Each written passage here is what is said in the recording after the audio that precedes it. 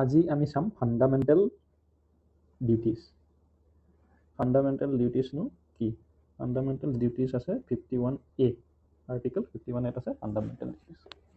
এতিয়া ফান্ডামেন্টাল ডিউটিজটো এড কৰা গৈছে কনষ্টিটিউচনেল এমেণ্ডমেণ্ট কৰি, আৰু এইটো 42nd amendment through 42nd amendment দি এড কৰা গৈছে 1976। এইটো একদম চিম্পল টাৰ্মত আমি বুজি ল'ম ফান্ডামেণ্টেল ডিউটিজ। এটা একদম চিম্পলকৈ বুজি ল'ম কেনেকৈ আমি মনত ৰাখিব পাৰিম, আৰু এক্সামত মেইনছত আহিলে আমি কেনেকৈ লিখিব পাৰিম, আৰু ইন্ট্ৰডাকশ্যনত আমি লিখিব পাৰোঁ, কনক্লুজনত ইয়াত আমি লিখিব পাৰোঁ, আৰু বিভিন্ন আৰ্গুমেণ্টত আমি এইটো ইউজ কৰিব পাৰোঁ। তো একজেক্টলি আমি আৰ্টিকলবিলাক একজেক্টলি ইণ্ডিয়ান কনষ্টিটিউশ্যনত থকাৰ নিচিনাকৈ আমি লিখাটো সহজ নহয়, কাৰণ একজেক্ট মুখস্থ কৰিব লাগিব, আৰু সেইটো মুখস্থ কৰিবলৈ অলপ গোটেইকেইটা আৰ্টিকল ফান্ডামেণ্টেল ডিউটিজ গোটেইকেইটা আৰ্টিকল ইয়াৰ ছেকশ্যনকেইটা মুখস্থ কৰিবলৈ অলপ দিগদাৰ। চ' আমি চিম্পল টাৰ্মত এইটো বুজি ল'ম যাতে এক্সামত আমি ইউজ কৰিব পাৰোঁ। এতিয়া প্ৰথমটো চাওঁ, ফান্ডামেণ্টেল যিটো 51A আছে, 51A স্মল এড কি আছে? Respect the constitution, national flag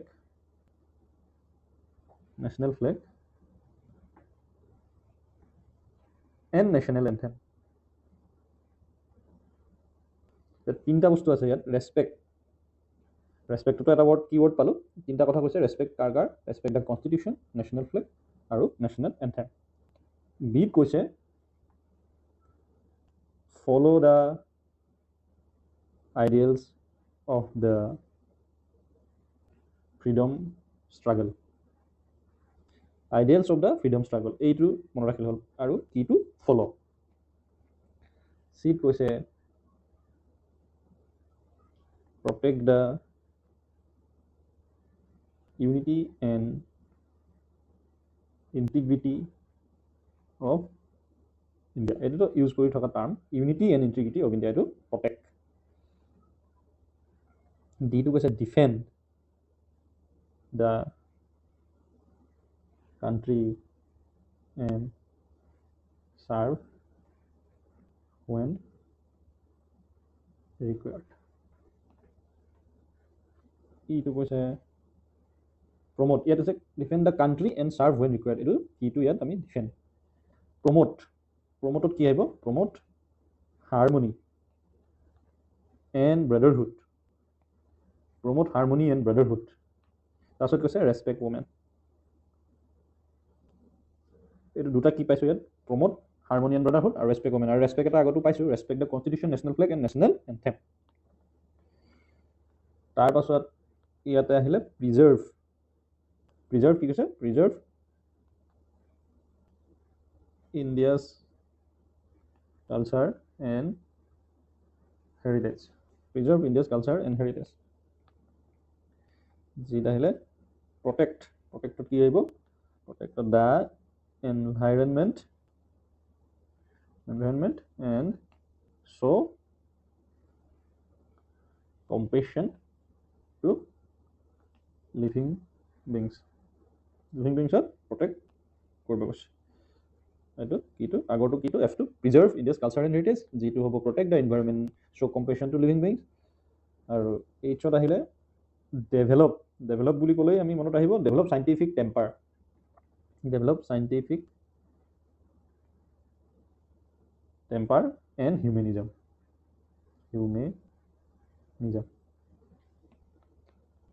আইটো আহিব protect public property and avoid violence. Protect public property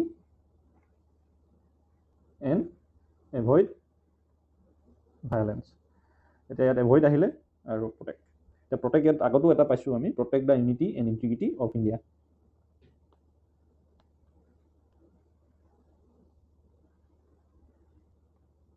তাৰপিছত আহিছে do your best in all work, do your best in all work to help the nation progress. All work to help the nation progress. তাৰপিছত আহিব provide education to children aged 6 to 14 years. ইয়াত আকৌ এটা provide আহিছে।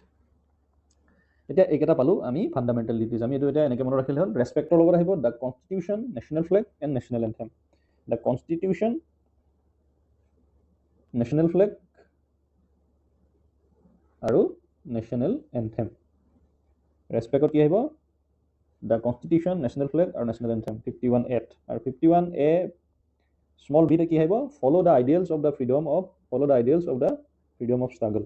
এটা 51 capital A small a এইটো কি হ'ব? Respect the constitution, national flag and national anthem.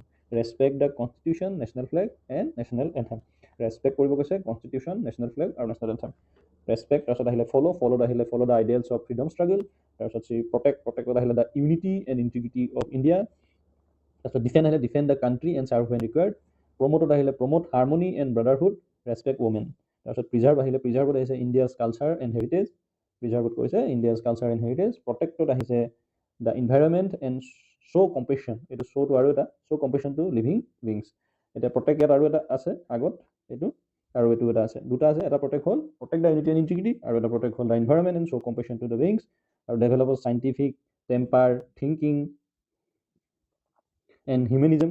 আৰু এটা প্ৰটেক্টত আহিছে public property and avoid violence. আৰু এটা প্ৰটেক্ট পাইছোঁ আমি, আৰু do your best in all work to help the nation progress. আৰু এটা আছে provide education to children age 6 to 14 years। এইটো পিছত এড হৈছে। এতিয়া এইটো এনেকৈ মনত ৰাখিব লাগিব। Fundamental duties 51A, 42nd Amendment 1976, আৰু এইটো 51 capital A small a, respect the constitution, national flag and national anthem. এতিয়া আমি এইকেইটাৰ পৰা কি বনাব পাৰোঁ এনেকৈ? এইটো চিৰিয়েলি কিটো কৰিলেই ভাল হ'ব, যিহেতু এইটো ABC এনেকৈ আছে। এইটো আমি RFP DP2 DP3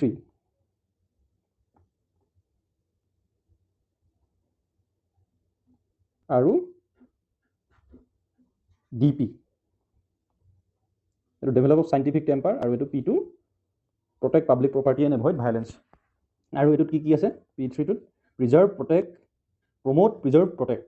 প্ৰমোট হ'লে প্ৰমোট হাৰমনি এণ্ড ব্ৰাদাৰহুড, আৰু প্ৰিজাৰ্ভ হ'লে ইণ্ডিয়াছ কালচাৰ এণ্ড হেৰিটেজ, আৰু প্ৰটেক্ট হ'লে হ'ব the environment and show' compassion to living beings. এইটো মনত ৰাখিব লাগিব এনেকৈ। আৰু RPFত প্ৰথমতে এইটো ৰেচপেক্টত কি আহিব? কনষ্টিটিউশ্যন, নেশ্যনেল ফ্লেগ আৰু নেশ্যনেল এন্থেম।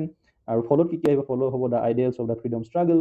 আৰু পিত আহিলে এইটো protect the unity and integrity of India. প্ৰথম প্ৰটেক্টটো the unity and integrity of India. পিছৰ এইটো জিত থকা প্ৰটেক্টটো হ'ব the environment and show' compassion to living beings. আৰু নেক্সট প্ৰটেক্টটোত আছে public property and avoid violence.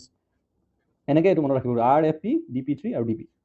আৰু DP টো develop scientific temper and humanism. আৰু তাৰপিছত নেক্সট প্ৰটেক্টটো হ'ল protect public property and avoid violence. তাৰপিছত এই দুটা এক্সট্ৰাকৈ মনত ৰাখিলে হ'ল, do your best in all work to help the nation progress. আৰু এইটোতো পিছত এড কৰা হৈছে। এইটো প্ৰভাইড এডুকেশ্যনটো, এইটো 21A লগত লিংক আছে।